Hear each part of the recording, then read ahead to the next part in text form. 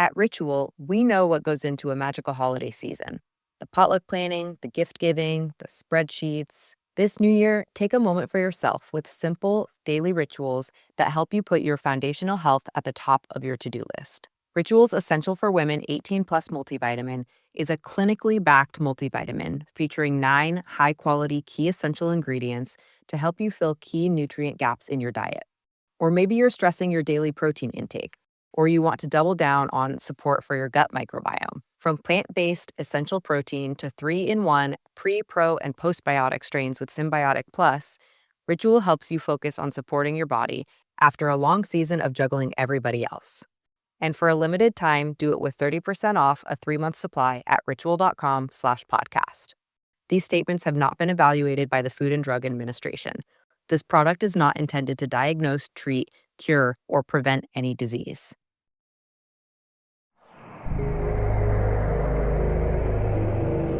We're in Warren Beatty.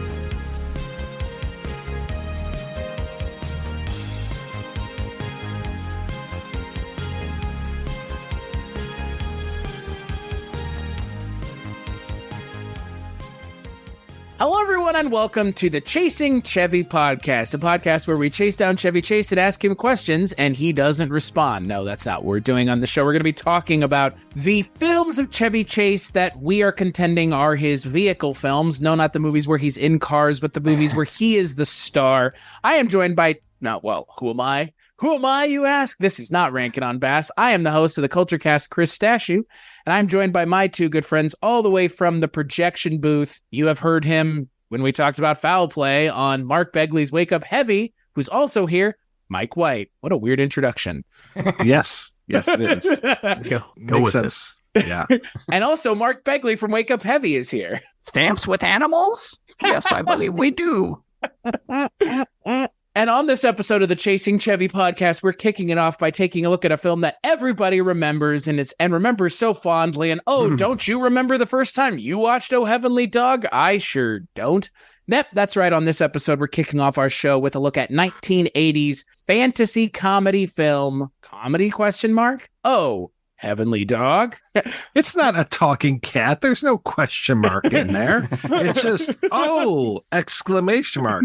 Heavenly Dog. Oh, I know. I did the line reading intentionally incorrect, hoping one of you would go, that's not. There's no question marks in there. Well, I fell into your trap. You made the classic blunder. A folly is you.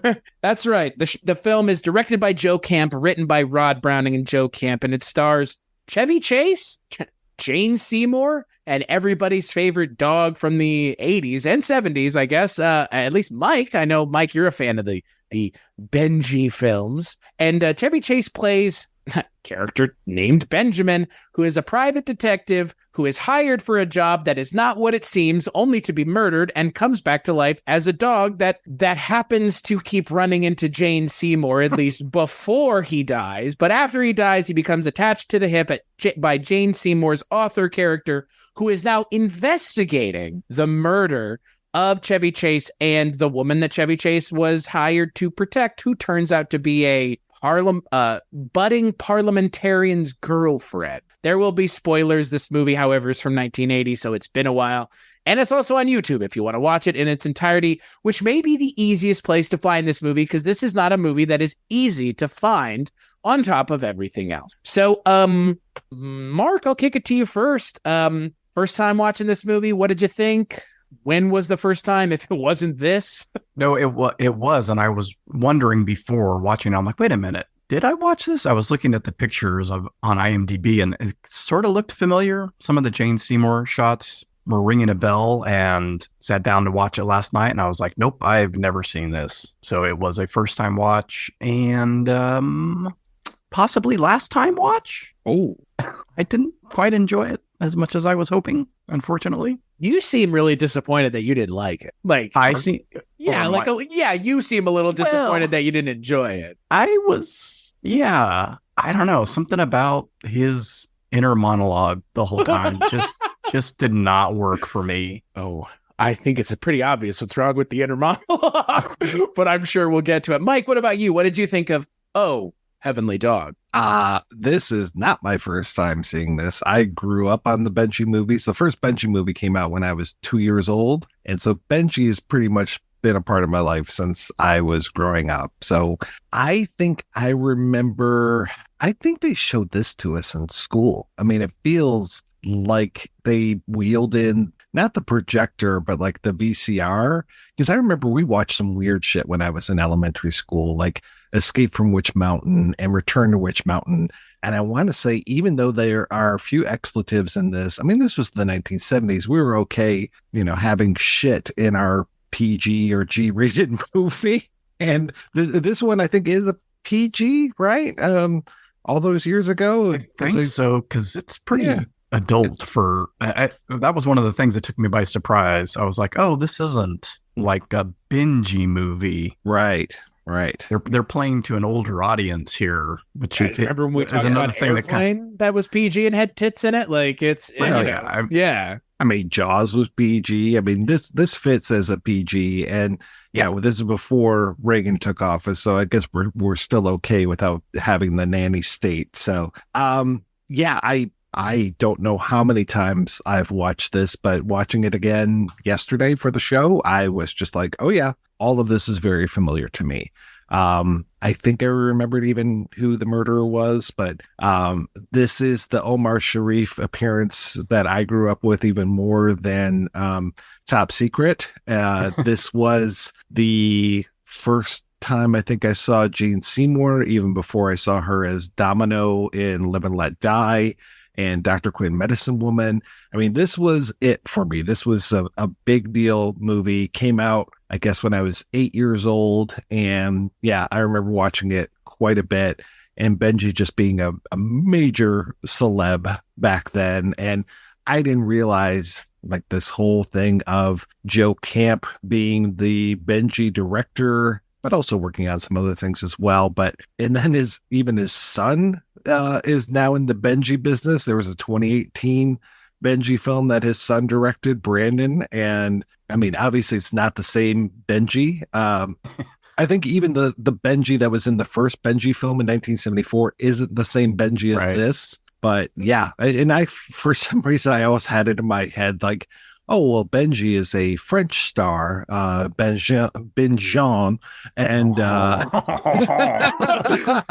he was a huge phenomenon in France. No, that's not the case. He's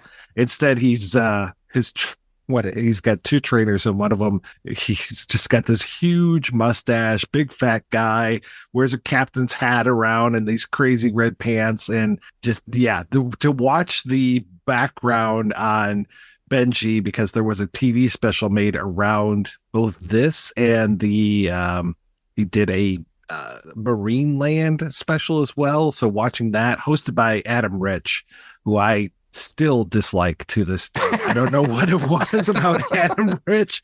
Maybe it was his haircut. I don't know, but wasn't he a little turd on 8 is Enough? I think he was a little turd. He kind of reminds me of like a Cousin Oliver type of kid, where it's just like, get this guy out of here. Wasn't he even on Battlestar Galactica? Sorry, we're changing this from the Chevy Chase cast to the I Hate Adam Rich cast. Is it ironic that Adam Rich's final role was in Dickie Roberts' former child star? That's real. It is real. I can't remember if I ever saw that movie, but I definitely remember it. Hey, any movie that is considered David Spade vehicle can only be one of two things: bad or really bad. Well, I do like some Joe Dirt, at least the original, not the sequel. Dirte, you mean? So I guess we jumped the gun a little bit, but if you listen to our Foul Play episode over on Mark's show, Wake Up Heavy, you probably have a better idea of us as Chevy Chase fans or where we come in at it. But I would say the three of us consider ourselves fans of Chevy Chase, right? All from maybe different angles or approaches or things that got us into Chevy Chase. Mike, would this be the first like Chevy Chase? This must have been the first Chevy Chase thing you ever saw, right? I mean, I might have seen Foul Play before this, but yeah, this was probably the one that really got me in there. I mean, I remember watching a little SNL in the mid 70s, but it was probably later 70s, probably like around the time of Foul Play. So I don't even know if he was still on SNL at that time. What about you, Mark? It would have been because of SNL, even though I didn't really watch it. It was such a phenomenon that a lot of kids, got wrapped up in stuff like Coneheads and Land Shark and King Tut and all that stuff that just permeated popular culture. So I know that I was into all of these guys and wanted to see the movies that they were in. And this one just passed me by. But Chevy Chase is the one person that I have had a signed picture of. I wrote to him. I don't know how or where I sent my request, but I think I did him and Steve Martin and a couple of those other Saturday Night Live guys. And I'm pretty sure he's the only one that, or his assistant, sent me a signed headshot of Chevy Chase. Wow. Do you still have it? No, I think it was in that Saturday Night Live book. I don't know if you remember this, Mike, but for my show Cambridge and with Sean, I did an episode on my Saturday Night Live obsession. And I had a book when I was a kid, and I've been trying to track it down for years and finally found it online on the Internet Archive, and made a PDF of it for me. And then I ended up buying it on eBay anyway. But I think I had it stored in that book, and that book is long. The one I had as a kid is long gone. So yeah, I was a fan of his just because of Saturday Night Live. And I'm a little bit older than you, Mike, but I never really watched it because it was on so late and it was kind of adult and, would catch things every once in a while if my parents went out late or something and we had a babysitter. And so, I mean, he was only in the first season and maybe the first 6 or so episodes of the second season. So I probably didn't. And that was 75, 76. So I would have been like 6 and 7 years old. So I don't think I even saw him on Saturday Night Live until years later. When you boil down his presence on Saturday Night Live, it is shocking how much of an impact he made with as little time as he was on the show. But I think that speaks to Chevy Chase. I mean, again, we talked on the Foul Play episode a little bit about him and his whatevers. Like, I mean, again, like, guy's never been accused of any of the really bad stuff in Hollywood. Thankfully, I mean, I don't think we'd be doing an entire show about someone who had like hundreds of allegations against them of any sort of really upsetting type, but it's just the usual, like, just, creative and personality and ego things getting in the way. So, again, we kind of already mentioned it, but like he made such an impact with such a little amount of time. I mean, the first thing I saw him in was Fletch. That made a huge impact on me personally. And it's not that I went and tracked down all the other movies he was in because of Fletch, but I just rewatched Fletch a lot. I just rewatched that one movie and then the sequel. So that was my entry point. And I watched Fletch on DivX of all things. I remember owning it on DivX, that in the sequel, and that being one of those DivX movies that was actually purchased so that it could be rewatched over and over again. Because that was the whole scam / gimmick with those things was, pay us $10 and you can watch the thing you bought again. Okay. I don't know, like in this day and age with all the stuff in people's houses that has to have subscriptions anyways, like now it kind of makes sense. But then it was like, okay, this is weird. I had never seen this though. I had seen it come up a couple times as like a thing that I was going to watch or should watch or had thought about it. I know we'd talked about it before. Like it had come up like, Heavenly Dog a couple times. Like we had just talked about it in passing. So it's weird to finally be watching it. That being said, I kind of am in the middle. Like I could see, Mike, why if you saw this at the right age, it would be not like something fun, but something that has like a level of memorability to it, because there are some things that are mildly memorable. The dog parts, the parts in heaven, I think are kind of interesting. But Star Wars heaven. Oh my God. God. That was hilarious. Yeah. When my wife and I were watching it, I was like, look, this movie came out just a little bit around the time of Star Wars, didn't it? Like, I didn't even have to know that this movie came out in 80 when they make that Star Wars reference. I was like, man, this was such a thing. But I don't know. It's also weird to now be living in a time where like Star Wars is still a fucking thing. Because in 1980, I don't think if you had told them like, oh, by the way, we're still burdened with Star Wars in 2023, they'd be like, yeah, right, you are. So, I found the movie to have its charms, but Chevy Chase is ultimately the reason this movie doesn't work, because all of that fucking narration is just like, dude, where is the effort? What are you doing? Like, it's pretty bad. I'm a dog now. Like, put in. Oh, it's weird. Like, there's. It's obvious that he went back in and re-recorded it, which is the case. But it just doesn't seem like his heart was in it in some of those line readings. It's very Harrison Ford in Blade Runner. Yeah. Harrison Ford in Blade Runner is like Shakespeare compared to this. Yeah, this actively impedes my ability to enjoy the movie, because it's like, Chevy, if I'm expected to take you as the dog at the moment, make it seem like it. I'm a dog now. Yep. All right. What am I doing? Oh, I'm looking at something. Okay, let me do the line reading. Oh no, watch out. Don't hurt me. Like, it's just like, there's no emotion. It's like he read it the way it was written on the page and he wasn't watching the movie, which I know that's how they did this. They synced it up with the movie. Like, he is watching the movie doing the line readings, and it's just like, man, I'm not saying it would have fixed anything or everything, but it would have fixed the latter 2/3 of the movie not working or being funny or I don't know. It's so weird how bad the line readings are. It really gets in the way of my ability to enjoy parts of this. I had no real problems with the line readings. I don't know why they assumed that they could record the voiceover first and then do the Benji parts, because you don't know exactly how that stuff is going to go. It's not like animation where you can draw to the voice. Right. The dog won't do things to the voice. I mean, the stuff that Benji is doing here, I think, is pretty darn incredible. And then I was glad watching behind the scenes and seeing things like him getting kicked out of the hotel or the apartment building. That was brutal. Running down the fucking stairs. Yeah. But I'm like, oh, okay. So there's one trainer who's in the lobby calling. There's another trainer who's in this window up here and there. It's really kind of schizophrenic, because one's calling, so Benji looks over here, the other one calls, so he looks up there, and then back and forth. So he's like, contemplating how he's going to get into this building, and then looking up at her window, at the dead woman's window. It's like, oh, okay, well, that's kind of cool. Before we get to the weird gay parts with Ellen Shush. I love gay characters in the 70s and 80s, man. It's like you couldn't exist in real life, but hey, movies exist, thank God. It's so weird. Like, his part just feels so abridged, and that he died off screen someplace. Got run over by a car.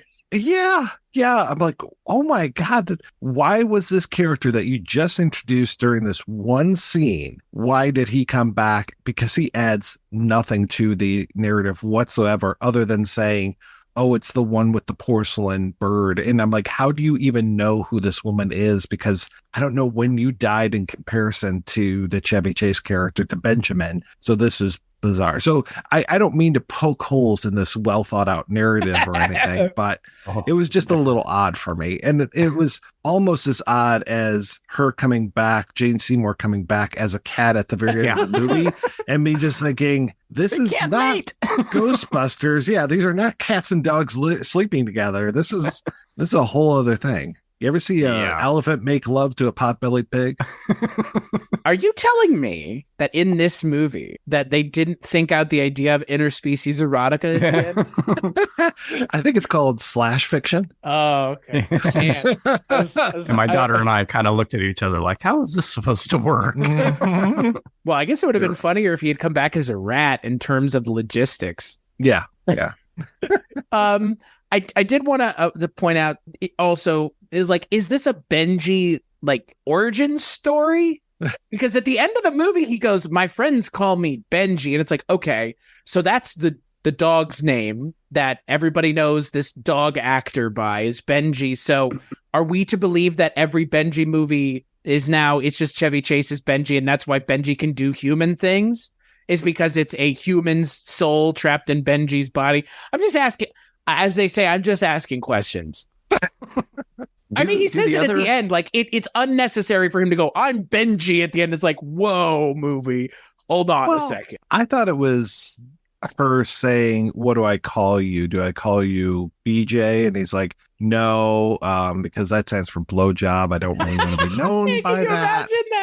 Yeah, so maybe my real name is Benjamin. And she's like, well, you don't seem like a Benjamin. How about a Benji? And I think he says no to that.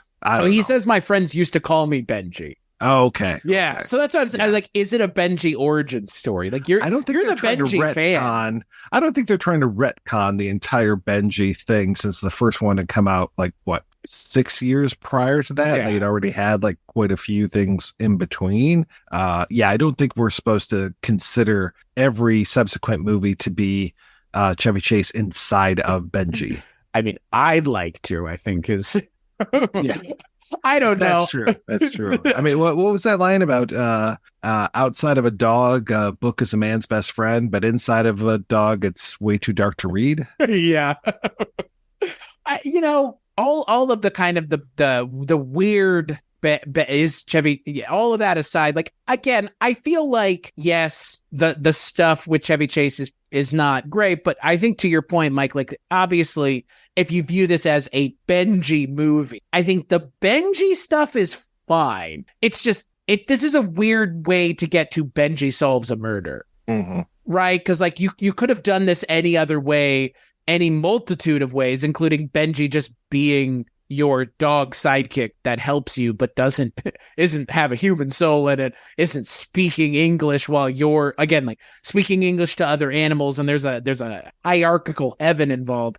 You could have just had Benji be somebody's dog that they keep with them. Like I don't know, like to get to this point, the witness to the murder, and well, he could have been that gal's pet and doesn't see the murder, but has to help Chevy. Maybe he just didn't want to be in the movie. Like, oh, I only have to shoot a couple of days. Great. Oh, yeah. Well, that's what I was wondering. Sit in the studio the rest of the time. Well, yeah, because he had 3 movies that all came out in 1980. Because this came out, 2 weeks or 2 months? I think it was 2 weeks before Caddyshack. And I wonder how it doesn't feel like a 1980 movie to me. No. It feels a little like it may have been shot a couple of years earlier or something. I don't know. Well, the shitty quality of the video does not help either. Well, yeah, plus all the sets when he first goes up to his office, I was like, man, that looks like a TV set. Yeah. Oh, yeah. Yeah, I don't think they had a whole lot of money. Yeah. In the other Benji movies, is there narration? Is there an inner monologue? No, which makes it really painful because I tried to watch the first Benji movie again yesterday, and Benji has a theme song. Charlie Rich sings the theme song, and that theme song just keeps playing over and over and over again as you're watching. I mean, Benji's adorable, and you're watching him do all this stuff, and he goes around, he visits like this family where it's this maid and these 2 kids. But then they also visits Uncle Joe from Petticoat Junction, which I didn't realize that Benji had been on Petticoat Junction. And then there's like a few other people. And then it becomes like this whole kidnapping plot and stuff. And no, he doesn't say anything. And there's no voiceover narration. So you're just like, ba ba ba ba da da, like over and over and over again as you watch Benji just doing stuff. And I'm like, I can't take this anymore. I can't take the music just over and over. And then I watch that making of thing, that Benji at work thing, and at one point they start playing that song. I'm like, oh my god, I had flashbacks. So it sounds like you wanted the Chevy Chase narration. You wanted Chevy Chase to be narrating in those. It helps. Yeah, it definitely does. And he adds a couple little things in there. I didn't mind this one nearly as much as you guys did. Chuckles. I didn't. Yes. I didn't. Again, I don't think I disliked it. I just think it's weird for the star quality and caliber of Chevy Chase. Like this is not the time that I would have expected him to be phoning it in. I guess is more kind of my thinking. Like maybe if this movie had come out, like, because obviously, I don't know how much of research y'all did into movies where people get reincarnated as dogs. Oh, yeah. But I'm a big body swap fan. So, yeah, this might have been the origin. there's one in 2003 starring Gary Busey, where he is a Quigley.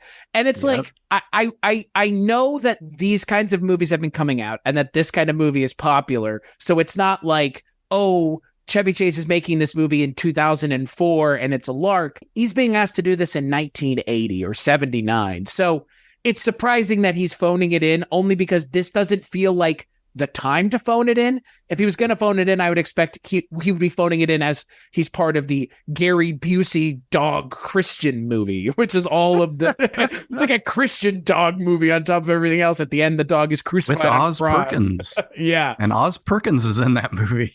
Fucking bizarre. They just covered that on God Awful Movies, and I had never heard of it before. And I was like, what is this? A prequel to Quigley Down Under? But no, I was like, no, it's a fucking Heavenly Dog ripoff. Yeah. But that's it was on Red Letter Media. That's how I know about it. Their Best of the Worst or something like that. But that's just my, again, feelings, just like immediate feelings on all this is like, why was he phoning it in here? Because this is not like he's a big star right now. This is the moment where his star power matters. And it's going to, as we do this show, it's going to peak at some point, and then we're going to have a very long and drawn out time of just like movies where we're like, oh, okay, they're still casting Chevy Chase because he's Chevy Chase, but that doesn't hold a lot of water anymore in terms of like drawing an audience in. Right now, though, not the case. Like this movie is made the way it is because of a movie like Foul Play. No, like, oh, he's a detective. He was a cop in that movie. Like they're literally just looking at something like Foul Play and going, that was successful. How can we do that? And it's like, well, I get you tried, but man, like, where was Chevy Chase in all of this? Like, why was his head not in it? That's what I wonder. Because again, I don't think the plot and setup of the movie isn't interesting. It's more interesting than it is just kind of rote. Well, my thought as I was watching it for the hour and 43 minutes runtime was, you left Saturday Night Live for this? Because that was always reading that book that I have, and just, interviews that I've heard over the years, and his kind of beef with John Belushi and how they were trying to be, the guy, and this was a springboard to other things. And I don't think Chevy Chase ever feels like he's getting the commendations that he should. And, he was like always listed as head writer or whatever on those early Saturday Night Live episodes, and left pretty quickly from the show and to do movies, to be a movie star. I mean, that was the goal. And I'm like, yeah, this is the second thing after Foul Play, right on the heels of course, Caddyshack and Seems Like Old Times both come out the same year too. But I don't know. I missed a lot of the movie because that's all I kept thinking of is, this is why you left Saturday Night Live, was to do this really bad narration for a dog movie. I don't know. And that's the other thing that I was wondering while watching this movie. Would it have been better if it had been, because I'm not saying the movie's not funny. I mean, again, I don't know how much of a comedy it ends up being, or in terms of being a film that tries to elicit some humorous reaction. I didn't find it to be that funny either. So I was actually wondering, like, why even cast someone like Chevy Chase? Like, why not cast a different actor? And then I think the tone may have also been different. It's not that Jane Seymour feels like she's in a different movie, but it does feel like there are two, if not three movies kind of going on within this movie, because the tone of the heaven parts is so comedic. And then when he's running around as the dog, nothing that he's doing is overtly comedic, but yet those monologues, or, the narration is meant to add those comedic bits. But because they fail so, I guess, obviously, because again, like, Chevy Chase just seems so disinterested. It's like, well, I would like to just see this movie if it weren't a comedy then.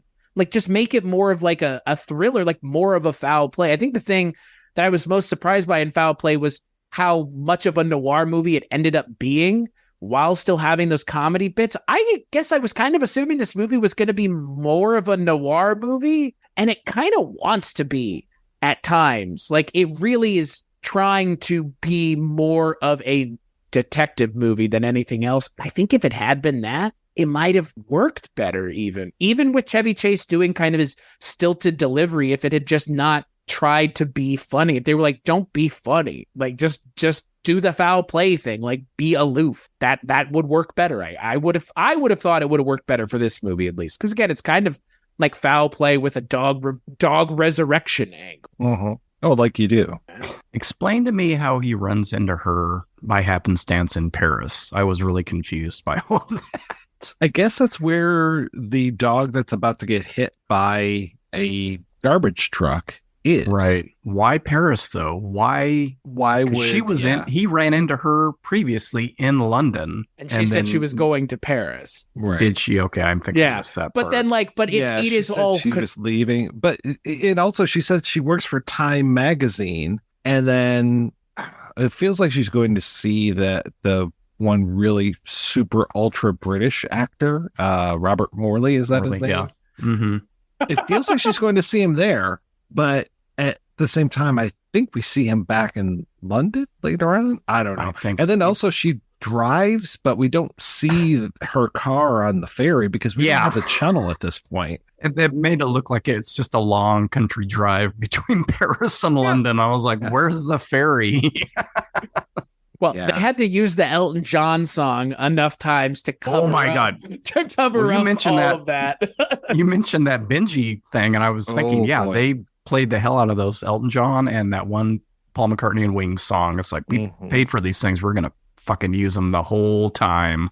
The gag when he goes to heaven, and I'm trying to remember the name of the actor who's there to help him out. He just keeps using all of these acronyms, and I'm like, okay, this is funny for like 5 seconds, and then it just keeps going on from there. And the thing though that I did like about Heaven, well, I liked two things. I liked horny Sally Kellerman, as the clerk with the Princess Leia buns. So I guess we're doing even more Star Wars up here. And then I loved having Lorenzo Music being the voiceover narrator of the loudspeaker system, which I thought was fantastic. Which is ironic also because Lorenzo Music for so many years was the voice of Garfield before that thief, Bill Murray, came in and stole his valor.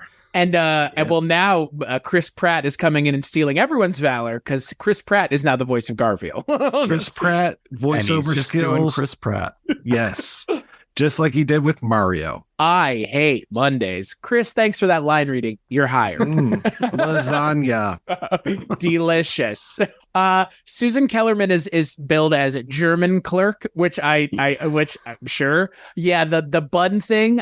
Speaking of Elvira, Susan Kellerman, obviously she's fun in this movie. I was wondering if she would ever come back, but no, I kept hoping, especially because she was just such a horn dog. I was like, they needed to finish their little tete-a-tete. Yeah, and I liked how she put him in a body that was going to, like, he had to get out of it by a certain time. So then we've got a ticking clock, but really it's because she wants him to come back up to heaven so they can shtup. Yeah, that was great. She likes the way he says bastard. Yes, it really turns her on. Yeah.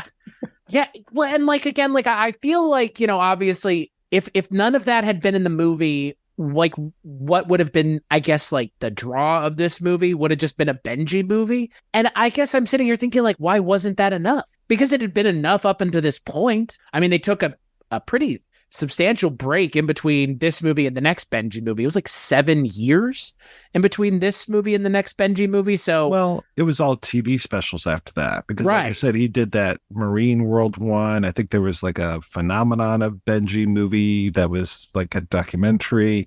Yeah, he was still working, but not theatrically.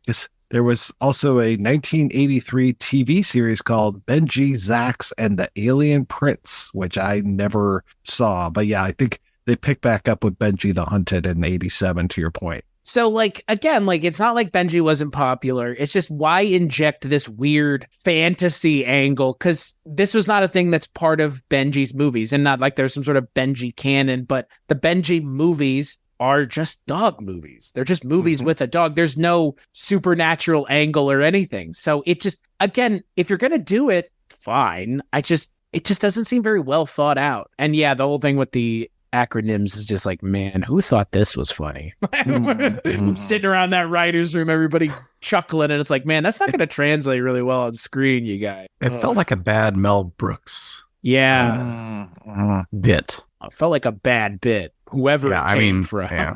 But Yeah. the whole like kind of Star Wars parody angle of it, when he turned on that miniature lightsaber and that sound came on, my daughter was like, we were just looked at each other like, what the hell?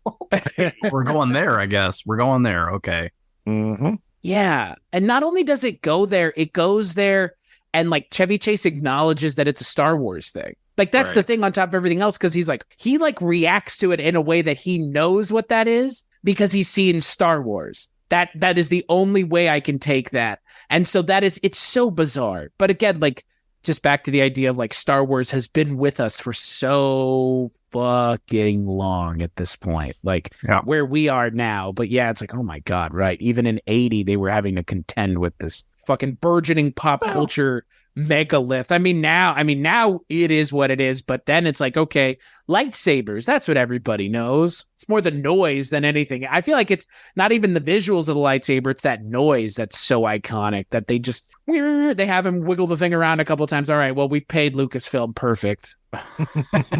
Wanted to see what time of the year this was released because Empire was coming out this year. So That's true. or is it? They were going off of A New Hope. You love lightsabers in Empire Strikes Back. You'll love them in Benji and Oh Heavenly Dog. No. Mhm. Another thing that was confusing to me was her immediate jump onto this story. Yeah. And it sounds like she had been writing a book for a while, but then the story enters into it. That's what was confusing to me. I'm like, what was she researching prior to this? Because it seemed like she was doing something else, and then this pops up, and now I'm writing a novel about a novel. Mhm. Why would you write a novel about the?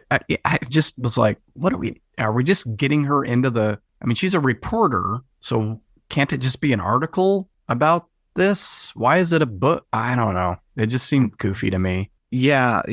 And then the Scotland Yard will not help her out because she wrote a book about Scotland Yard and was making fun of them. Yeah, was that her book? I thought it was the old British guy's book. Oh, see, I maybe got that confused. is. I got confused by a lot of things. I kind Yeah, of was that's like, right, because he does I'm come not back. Yeah. I know he holds up the book, so I assumed it was his, but maybe it was hers and he's her publisher or something. I don't know. I got lost a lot. I'm just kind of zoned out after a while. Mark in the galaxy. That might be a recurring theme as I'm looking at the list of Chevy Chase movies that we're doing. I'm like, yeah, this might happen on occasion where I just kind of start looking at the ceiling and stuff, which will make for a really interesting podcast. Yeah, right. Yeah, right. It's going to be a great series. I'm glad we started. It's just like Richard all over again, man. I'm really not excited. By the end of this, Mark's gonna be like, I really wish I had enjoyed those movies earlier on. There's a lot of good stuff coming up too, so it's going to be up and down. Well, that's the thing, though. Like, in terms of this being a Chevy Chase movie, I think it really fails because again, like to his star power in 79 to 80, this motherfucker's got to be on screen. Keep him on screen. Well, like, what's part of his shtick? Is physical comedy. Oh, yeah. Yeah, it's like it's like beyond me why they were doing this with him in 80. Because again, yes, he is, a pithy dickhead, and that's the character, but they don't even. That wasn't his thing, though. How do you do that with a dog, anyways? Like the humans are responding to the dog. Honestly, the way to do this movie would have been the dog talks and the humans can hear him. Like, wouldn't that have been? Or Chevy can hear him, or he's the only one that can hear him, or something. Yeah, like I don't know. Like the idea that you have Chevy Chase, and the first thing you do is kill him in like the first 5 minutes of the movie, and then he's not on screen, and it's just like his voice from beyond the grave, and then he shows up twice in the movie, and it takes me out of the movie completely when it's all of a sudden Chevy Chase after an hour of it not being Chevy Chase.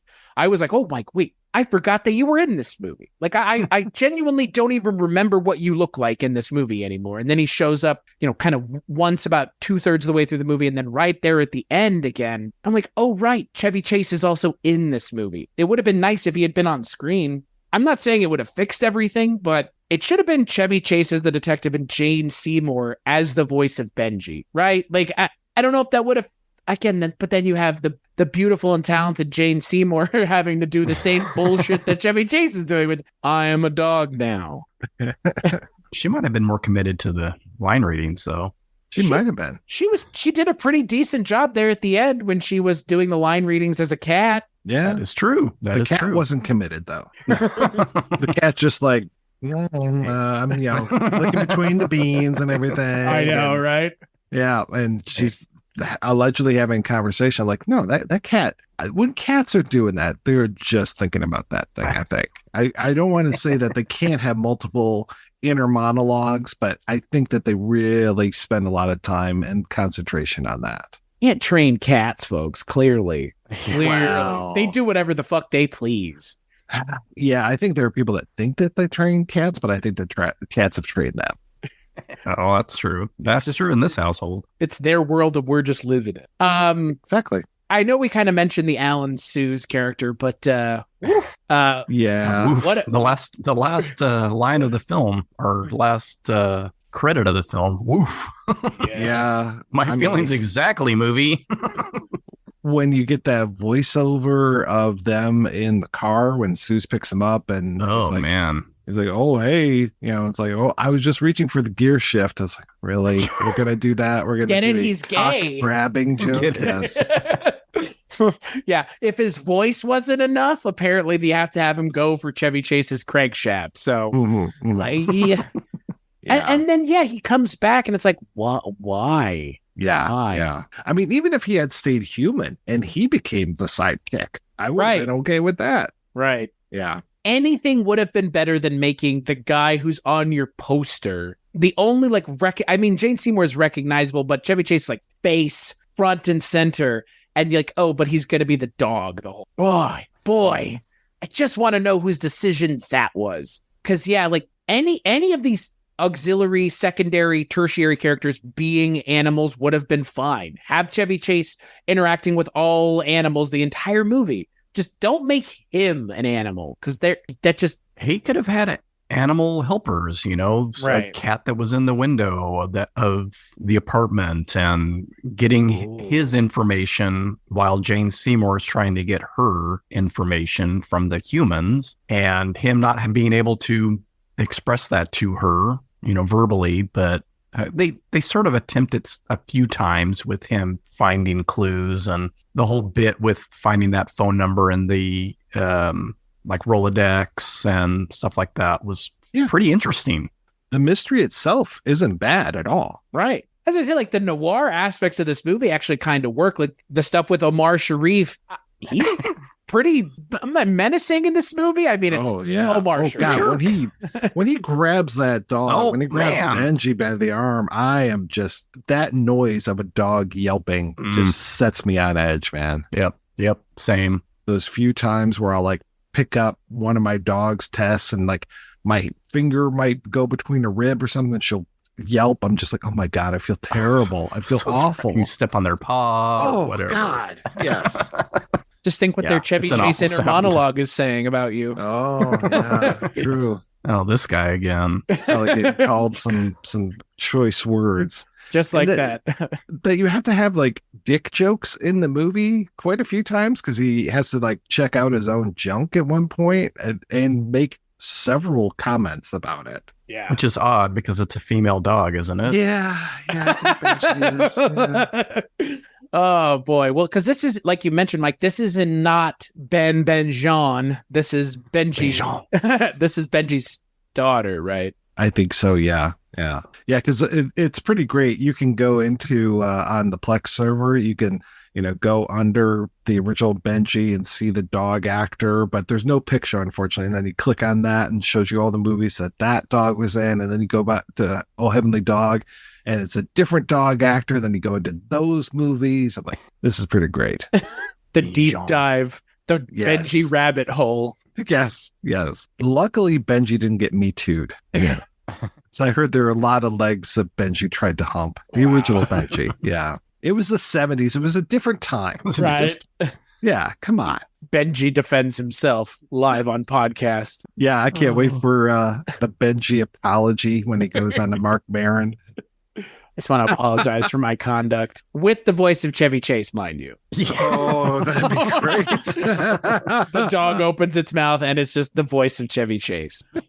I don't mind like dog or animal centric movies. I know that again that the old joke in Hollywood is don't work with animals and don't work with kids. And I am of the mindset for the most part that when kids are in movies, boy, they tend to be precocious little shits and get in the way and draw attention to themselves. But when animals are in movies, it seems like this is like the fucking centric focus of the movie is the a lot of times like, oh, did the dog die in a horror movie is the common question, or does the dog die? But when it's like the dog and it's an animal centric movie, I don't have a problem with it. It's just they all feel, unless there's like a supernatural or paranormal angle, they all are very like samey.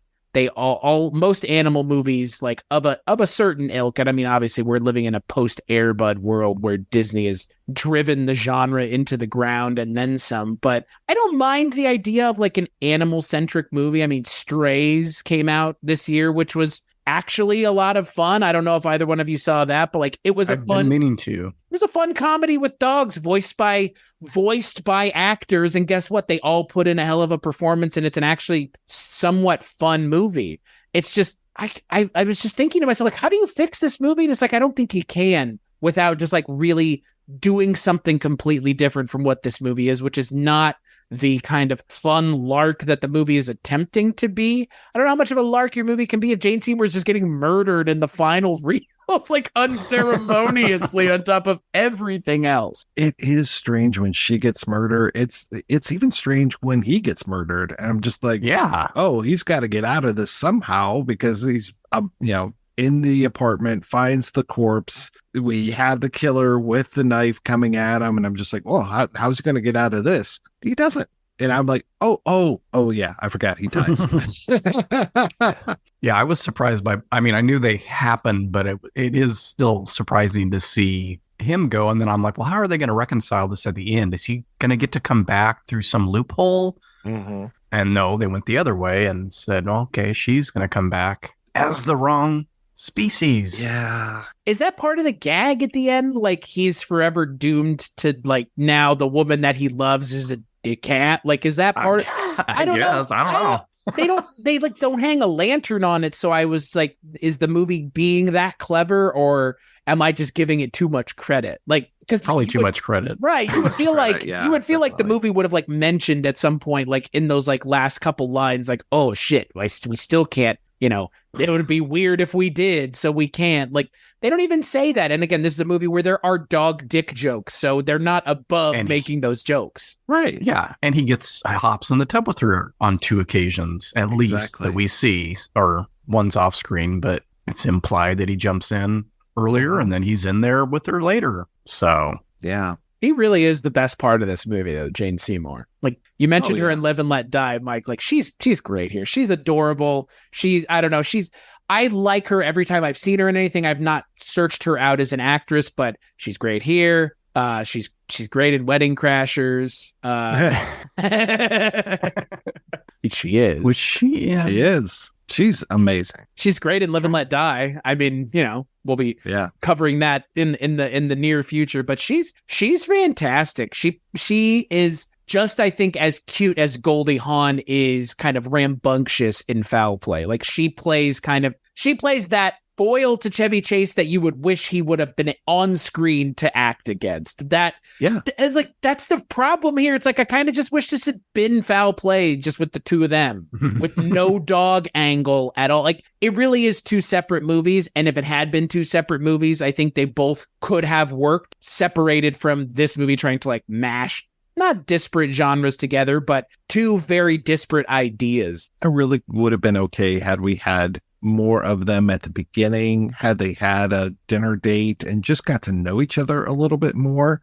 And then had she made the connection, this really feels like Benjamin, the guy I went out with, who got murdered accidentally, and then known about his death and like made comments about his death, because there's not a whole lot there as far as what ties these two things together. It's like it all happens off screen. That was one of the confusing things for me. Like, hey, I expect her to figure this out, but how would she? She bumped into him on the street one time.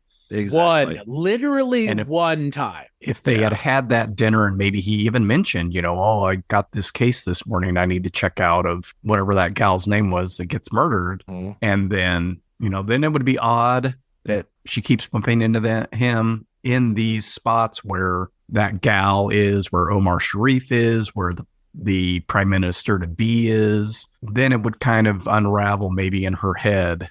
And I mean, she eventually figures it out, but it takes a lot longer to get there and is a little more far-fetched than it could have been. Well, when at the end of the movie, when she's like, now I want to introduce myself properly to you, and it's like, fuck, like, you went to heaven and figured this shit out all off screen also. Like, everything has been told in an off-screen mechanic in this movie. Like, every mechanism to tell us the story we have been deprived of because the movie doesn't have the confidence to show it to us until they do. They show us stuff, weird things in heaven, but then they like refuse to go back to it. They're just like, all right, you've seen it once. That's good enough. Now you're going to see Chevy Chase on all fours twice in this movie on Earth. It's like, what? This just is, I don't know, like, pick one or the other. You can't do both. And then at the end, Jane Seymour just, okay, I guess she learns all of this off screen, just like Chevy Chase did. Like, okay, sure. Yeah, I kind of wish we had more of the heaven stuff just to see the kind of the mechanics of it. I mean, that's like the most interesting part of a lot of movies where they do this, like a Defending Your Life, or even, for God's sakes, R.I.P.D., like the office stuff and the politics and what's going on there is so much more interesting than the mystery in R.I.P.D. And plus you get to see Mary, oh God, I can't remember her name, with these amazing go-go boots in that movie. No? I assumed that this was going to be a riff on Heaven Can Wait and or Here Comes Mr. Jordan in a way, which I guess it's the same basic idea of but it wasn't more of a we made a mistake, you're not supposed to be here thing. It's like, this is what happens is you get it's a not resurrection. What's the word? You come back. Yeah, resurrection. Life after death. Reincarnation. Thank you. Yeah. Yeah, I got it. Yeah, there were a couple movies that were listed on the IMDb as far as like, if you to continue looking down this, like, see also. So they had things like Fluke, which was a guy coming back, which oddly was written, the book of that was written in 1977, and then it's not made until a movie until 1995, and it's Matthew Modine coming back. Chris already mentioned Begley. I don't know how this ties into A Dog's Purpose. After I saw some of the stuff on that, I didn't want to see the movie. But it also, they mentioned this movie from 1951 called You Never Can Tell, where it's more about a dog that wins $1 million, or doesn't win. It gets $1 million, inherits $1 million, and has to be taken care of by, I don't know, Peggy Dow and Charles Drake, and I know Dick Powell's in that movie too. As soon as I saw that Dick Powell was in it, I was like, okay, yeah, let's do this. But I guess the dog is poisoned and comes back as Dick Powell. So it's like a reversal of Heavenly Dog. Yeah, like, I would like to see this. You have all the ones of people coming back as people as well, where right. What was the one where was it Chris Rock? Yeah. Oh, yeah. The Preacher's Preacher's Wife. remake. Well, and he did a remake of Heaven Can Wait as well, I believe. Okay. Yeah. So that's what I'm thinking of, but it's that. Is there one where he dies and is one where he's Denzel? Is there a Chris Rock as Denzel movie, or am I think you're mixing up Preacher's Wife with Heaven Can Wait. They were out around the same time. Wait, what's the movie with Bob Hoskins and Critical Condition, where he's a racist with the Denzel's heart? Right. Yeah. Or is that just Heartbeat? Oh, geez. Yeah, I remember when that came out. No, not Heart Beeps. Okay, let's not get into that movie. No, we'll save that one for a 5-hour projection boost special with Alan Arkish and Bernadette. Oh, Peters. wow. Yeah. Nice. See if Alan Arkish wants to talk about that one. You might be able to get Andy Kaufman. I mean, he is alive, so There is that. just got to track him down. Yes. I don't know. I'm just thinking about movies with dogs in them that are better than this one. Heart Condition is the name of that movie from 1990. Yep. Which means it was way before that Chris Rock movie, because back in 1990, Chris Rock was starring as the crackhead in I'm Gonna Get You, Sucker. Yeah, can I have one chicken wing or whatever, 50 cents? One rib? One rib, that one I rib. sure am hungry. Yeah. Yeah. Jesus Christ. Oh, how about a drink? What is it? My cups cost more than a quarter. That's right. Man, that's what this movie needed. Just Bernie Mac as the voice of the dog. Oh, man. That was what have fixed it. That would have fixed everything. Anything. I don't think anything can fix this movie the way that it is, because it's just too disparate of things. But if you want to do a movie where you've got Jane Seymour and Chevy Chase being pursued by a villainous Omar Sharif around London, I'm game for that. And that's the other thing. I would just thinking about this against Foul Play. Foul Play takes place in San Francisco. They use the scenery and the setting rather well. This could have been fucking set anywhere. I know that it's in London, but the fact that it's in London seems kind of just, not anything that anybody really has anything to say about. It's just, it's set in London. Right. Okay. Right. So what? Like there are opportunities to do something with that as well for easy comedy, and they don't even do that. It's surprising. When they couldn't even get the dog to London because of the health restrictions and stuff. So all the stuff with Benji is not shot in London. It's mostly like backlot or what they also shot in Paris in the US, I imagine. So it's mostly It said at the end credits Montreal. Montreal, So I that's think what they it was. used a lot of the exteriors there. Yeah. I want to say and this is IMDb, so take it with a grain of salt, but it said that none of it was filmed in the States. So I guess even the sets and things were filmed elsewhere, probably either Montreal or London,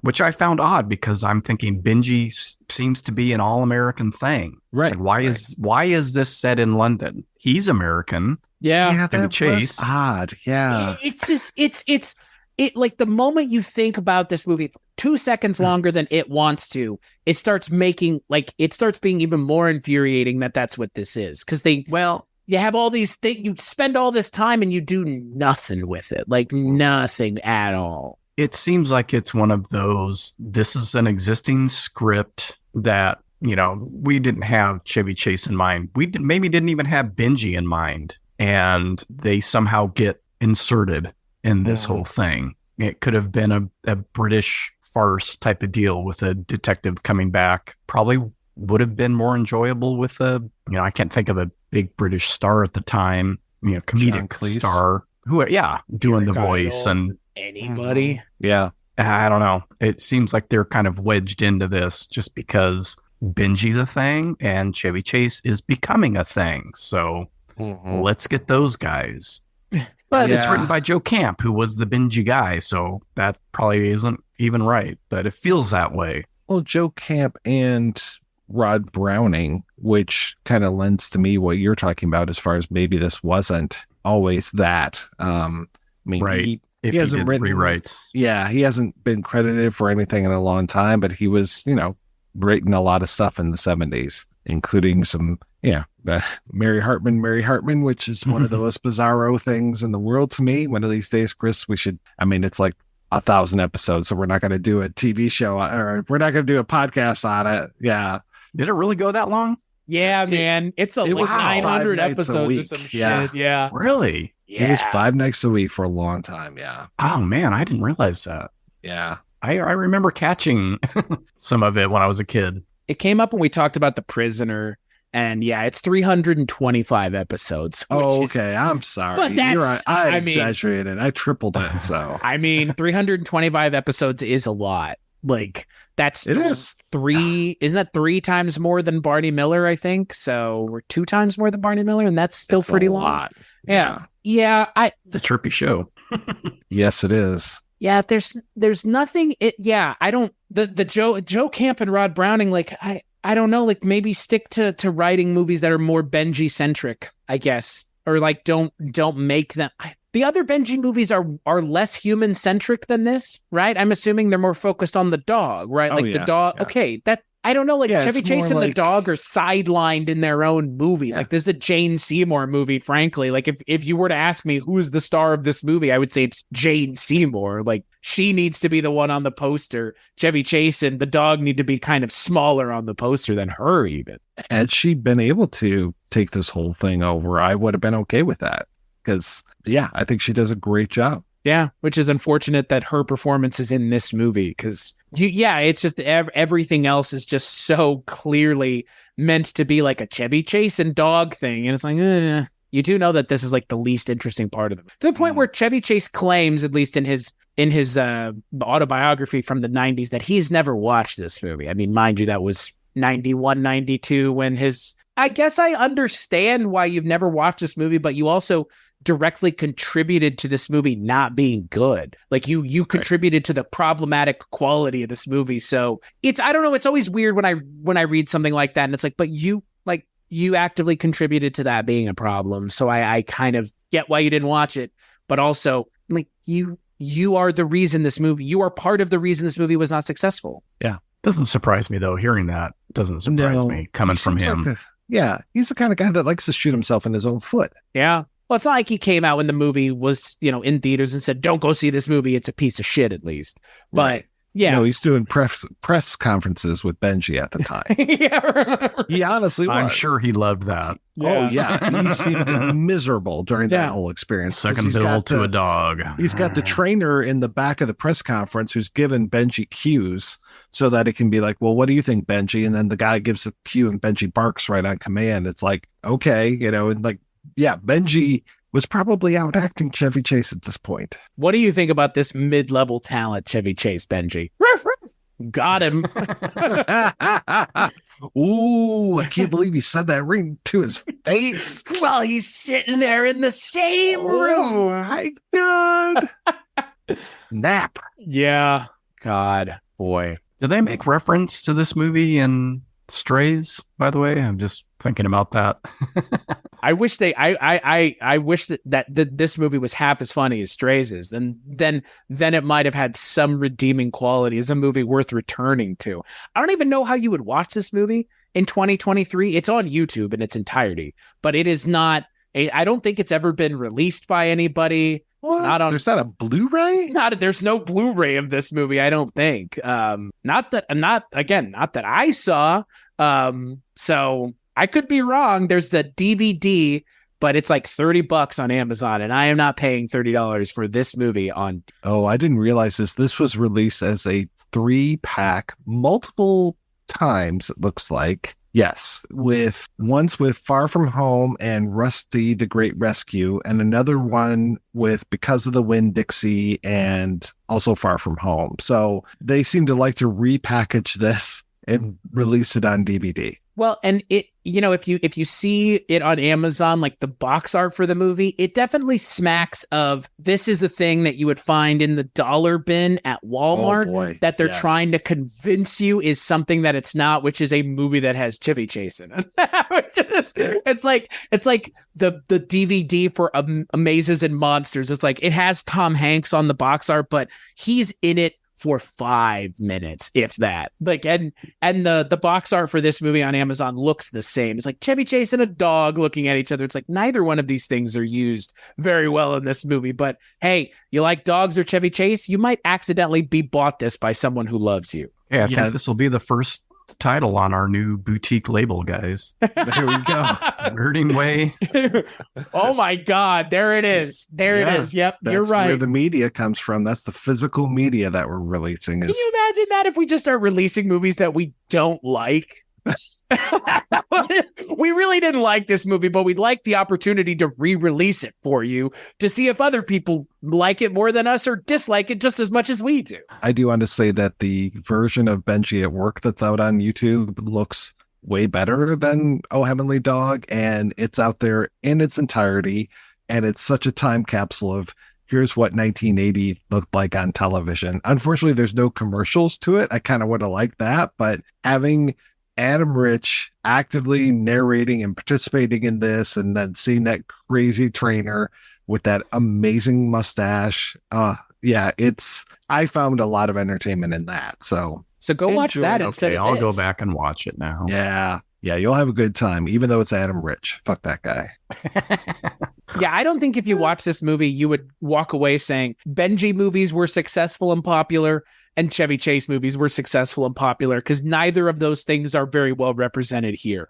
But to your point, like, clearly there are Benji movies that people did like, because we got to this point 3 movies in that Benji and Chevy Chase are being paired together, and Chevy Chase was popular enough that we're just about at the top here of the things we're going to be talking about with Chevy Chase. So clearly there was a quality here that we just were not able to see translated into a movie written by these two people. But yeah, if I had watched this in 80, I would have been like, so why are either of these things in this movie? Like, why is Chevy Chase in this movie? Why is Benji in this movie? If I knew nothing about either, I would not think that they were the popular things going into the movie. Let's just put it that way. It is remarkable to look back and be like, Chevy Chase was a thing. No, I'm just kidding. Oh, wow. Benji was a thing. And just to be like, oh yeah, that was a really big thing for a long time. Yeah. Not, again, we don't have that now, but we do have just like a glut of dog and cat movies that come out every year that are just on streaming. So I don't know how many Air Bud movies there are at this point, but there are a lot, and almost all of them have been direct to video. So, well, makes sense, man. I mean, Air Bud, I don't remember. I think there's one film from Montreal that finally took the title, but Air Bud was like the largest grossing Canadian movie for years and years. I believe it. I believe it. Like that movie was like a $3 million movie, and I think it made like $30 million.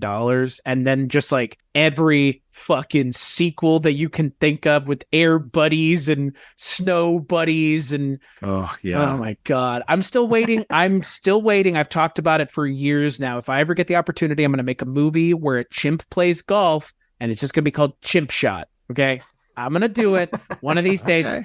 That'll be on our boutique label. Right. Yeah. Maybe get Matt LeBlanc to come back from when he played baseball with a chimpanzee and Ed.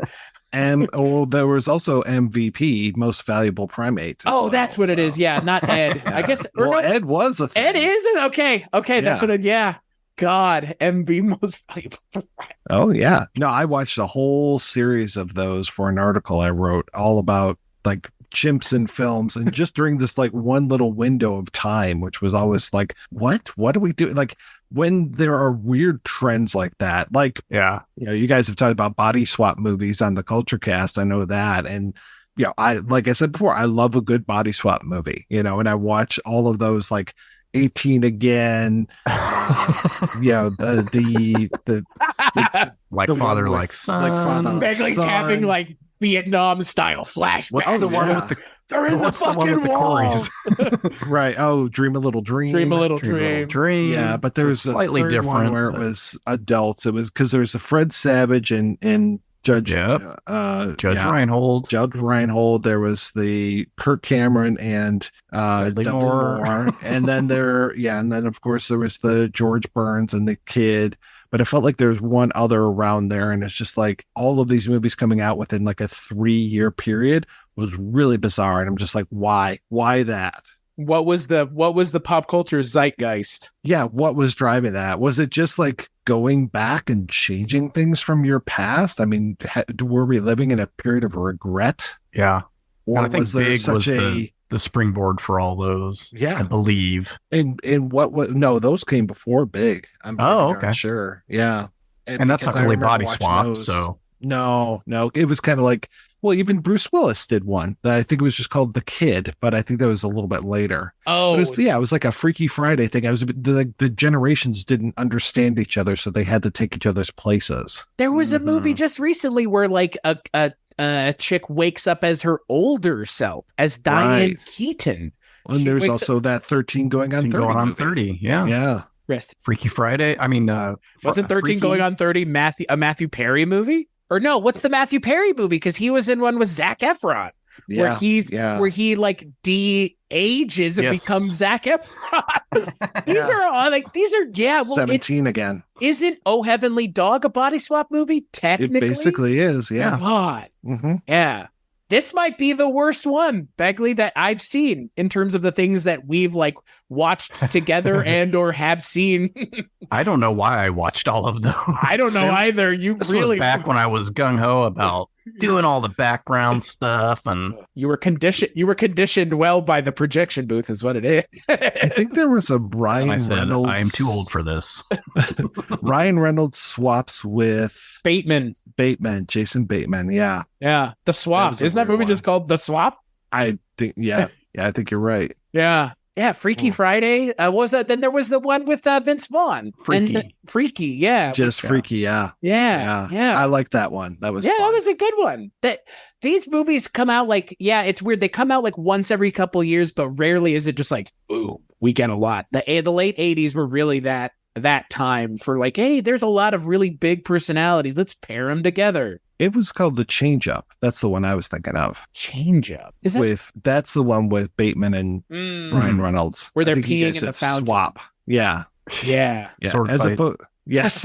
As opposed to poor Judge Reinhold and his kid with that crazy statue. Oh my that they're fighting God. over. Yes. If you could I- only be me for one day. Yeah. I like Dudley. Was it Dudley Moore? Dudley Moore. Yeah. Kirk Cameron. Kurt Yeah. Cameron. God, Dudley Moore and Kirk. Who thought that was Dudley Moore and Kirk Cameron? What a pairing! What a pairing! If they could only know the future of those two people. Oh boy. God, yeah. Is that the one with Sean Astin? It is. Yeah. I think I watched most of them with my daughter. I'm like, there's Samwise. It's the only thing I can enjoy out of this movie. Is there Samwise? Yeah, these Oh. this movie I think is part of that conversation, but I think we've clearly established that it is not. I wouldn't even say it's a lesser. It's just what is even the point? Like Mhm. I don't know. I wish this could have been. We're still waiting for one of those movies that we find where it's like, oh, everybody was wrong about this movie. No, Yeah. That's what I was hoping when I read the reviews. I'm like, oh, this is a stinker, apparently. I mean, I will go to my grave still enjoying this movie, Yeah, but That's you know, fine. I'm I glad like that them. you guys weren't just like you're wrong for liking this. So that's Oh, no. cool. I understand that. Yeah, yeah. no. I have a lot of movies. Murder by Death is one of them that a lot of people can take to task. That's wonderful. I love that. I know, but Those you know, fake pinkies. Fucking hot takes, man. There was, I believe, someone that we may be mutual friends with on Facebook had a hot take that Murder by Death is better than Clue. So I don't think you're alone in liking Murder by Death. I 100% agree with that so statement. So Yeah. I've seen Murder by Death probably dozens of times. I've seen Clue once, but I Same. enjoyed it when I saw it. But same. I didn't fall into that Clue camp of this is the best movie ever. I don't not see why you enjoy this movie, Mike. And if I had seen this movie at the right time, I probably would have. I mean, I don't think it's purely nostalgia driven, given that we're watching it now and having a conversation about it now. But I get it. Like I can understand, because when I was watching it with my wife, she was like, "Oh, I've seen parts of this before," and she had seen parts of it because she grew up in like a very dog centric household, and like her mom and her would go to like dog shows together because they would show dogs, and so her mom would just put on movies with dogs for her apparently. Mm. And she was like, "Oh, you'll like this movie. It has a dog in it." And my wife said she was bored by the first 30 minutes, Ah, which I understand given, again, the dog doesn't show up for 30 minutes. So, yeah. I get it. But yeah, I think, and this is the other thing we really haven't mentioned, I think, to round us out. Did this movie have to be an hour and 45 minutes? that for me might be the biggest affront, is that what couldn't you get said in like an hour 25? Because that's really all you needed. You didn't need an additional 30 minutes here. If you're not going to give us more, if it had been an hour and 45 minutes and there had been a solid half an hour of Chevy Chase and Jane Seymour, cool. Why not make them a married couple? And then it makes sense that the dog can come back. She'd be like, oh, you've answered my prayers. And blah, blah. And then she dies at the end. And then it makes sense because he's dead. No, just 2 minutes of Chevy Chase and Jane Seymour. What? You're right. It would have made sense too, as far as having him be in England. Like, oh, I came over here for you, my love, because you're working for this magazine over here, and this is great. And I'm starting I can do my private investigations wherever. Right. People are always going to need a dick. Yeah. I just wrote a better joke than this whole fucking movie. The gallery scene was like, I'm like, can we? Yeah. That was a good 15 minutes. A little painful. Yeah. Yeah. That could have been gone. It's just shocking. It's shocking to me how long this movie is. Cause like it's ultimately like we mentioned all the way at the top, like, is it a kid's movie? Is it a comedy? It's kind of weirdly all of these things. And I don't know about y'all, but we all know that especially younger kids have the ability to pay attention to a 2-hour long movie, right? Just kidding. That's not it's not an easy ask. I'm not trying to be, derogatory towards kids. It's just, I don't think any kid is going to sit through an hour and 40 long Benji movie. Yeah. Like, there's a reason those other Benji movies probably open with Benji immediately running around and doing Benji things and close with Benji doing Benji things. Like, there's not Chevy Chase and Elton John. Like, this just happens to be a Benji movie, but boy. Sir Elton John.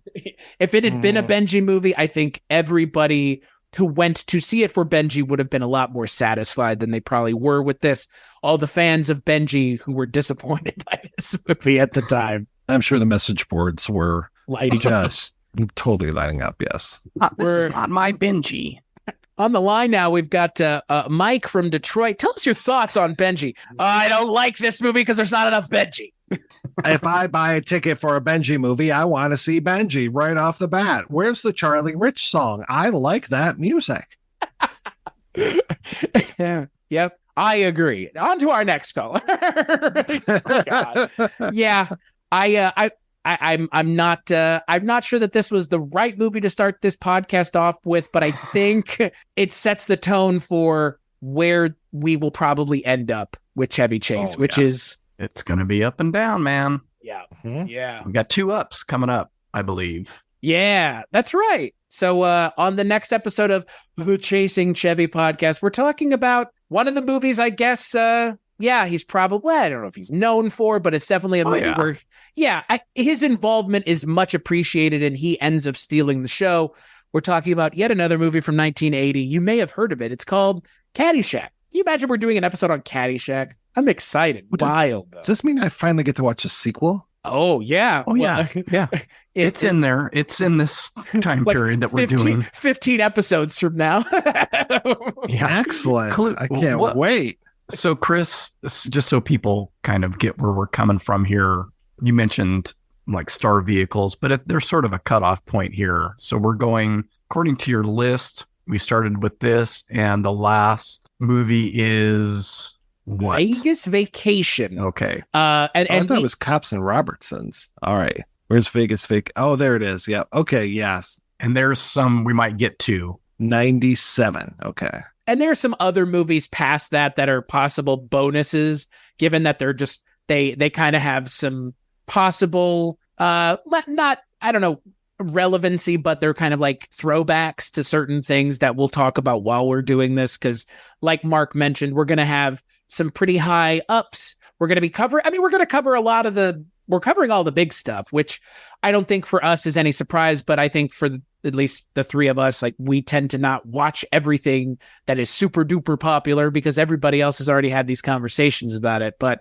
to Mark's point, yeah, we're going to start in 80 with Oh Heavenly Dog. We'll end in 97 with Vegas Vacation, and everything in between for the most part, as long as Chevy Chase is the lead or is Top build. We're going to be covering those movies. So use your research brain to figure out what those are, because I'm not going to mention 20 movies right now.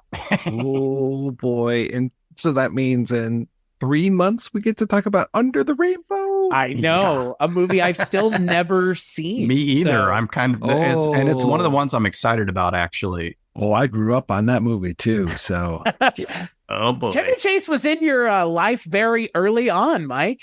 early and often. Yes. Yeah. Mm-hmm. Yeah, I was surprised. I go through the list and I'm like, oh yeah, I actually saw that one in the theater. Mhm. I've never seen that one. This one I've seen a bunch. You know, it's all over the place with him.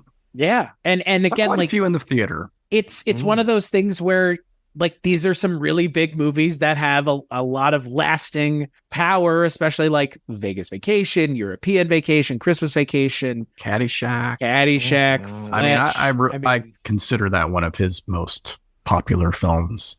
Caddyshack. Everybody I know loves Caddyshack. So, Yeah. It I mean, feels seriously. like- yeah. If you bring up comedies, it's like Caddyshack. Yeah, It's It's right my up there. age group for one thing, but it's, you know, I had a couple stumbles maybe before, but then after Caddyshack, it's like, oh, this guy's going to go somewhere.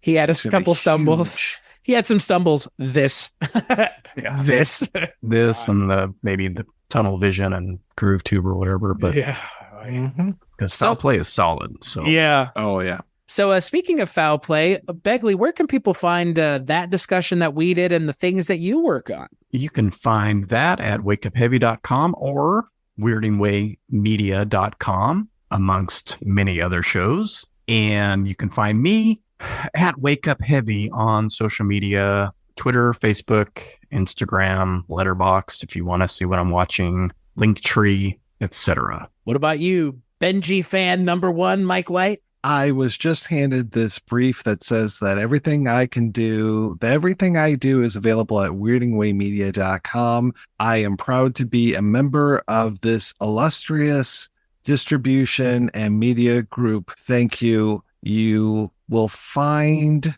your wife and daughter at exit 33. Okay. All right. You weren't supposed to read that part, Mike. Yeah. Sorry. You know what I said how would happen if you read that second part of the air. Oh, shit. Oh my goodness. God damn. And what about you, Chris? Well, when I'm not apparently holding Mike's family hostage, you can find me and my associated works over at FBI.gov. No, you can find them at weirdingwaymedia.com, where I do a weekly movie podcast called the Kulturecast and a whole raft of other monthly and bi-weekly things. But, there's other people's voices at Weirding Way Media too, like Susan Lambert-Haddam, who does 80s TV Ladies. It's Emily Entravia and Christine Makepeace, who do The Feminine Critique. And Sierra Zorn and Alicia Watson, who do Twisted and Uncorked. So yeah, 3 other podcasts that have, more to say about more things than we do about Chevy Chase movies, clearly, because this episode is now over. If you want to hear more of us, weirdingwaymedia.com is where you can find those shows and this show. And yeah, we'll be coming back to you every month to bring more Chevy Chase-centric content here on the Chasing Chevy Podcast. We're fans of Chevy Chase, and you're not.